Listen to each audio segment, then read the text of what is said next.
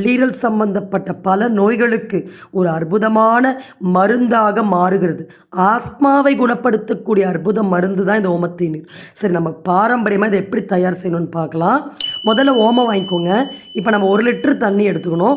35 gram இல்லை 40 gram ஓமம், அதை 6 மணி நேரம் அதில் போட்டு ஊற வச்சிடணும். அதுக்கு மேலே அது ஊறினா புளிச்சு போயிடும். ஸோ அந்த 5லேருந்து 6 மணி நேரம் மட்டும் ஊற வைங்க. இப்போ நம்ம வீடியோவில் காட்டுற மாதிரி ஒரு அகலமான பாத்திரம் எடுத்துக்கோங்க. அலுமினிய பாத்திரம் இப்போ நம்ம பயன்படுத்துகிறோம், ஆனால் ஒரு பானை தான் இதற்கு ஒரு சரியான ஒரு பாத்திரம். ஸோ அந்த மாதிரி பானை இருந்தால் பயன்படுத்துங்க, இல்லைன்னா பரவாயில்ல, இந்த மாதிரி ஒரு அலுமினிய பாத்திரம் கூட நீங்கள் பயன்படுத்திக்கலாம். இப்போ இந்த பாத்திரம் வந்து இந்த அளவுக்கு பெருசாக இருக்கணும். அதற்கு உள்ள இப்போ நம்ம காட்டுற மாதிரி ஒரு சில்வர் பாத்திரம் ஒன்று தயார் பண்ணிக்கோங்க. இப்போ நம்ம ஊற வச்ச ஓமத்தை நீரை அந்த அகலமான பெரிய பாத்திரத்துக்குள்ளே போட்டுடணும்.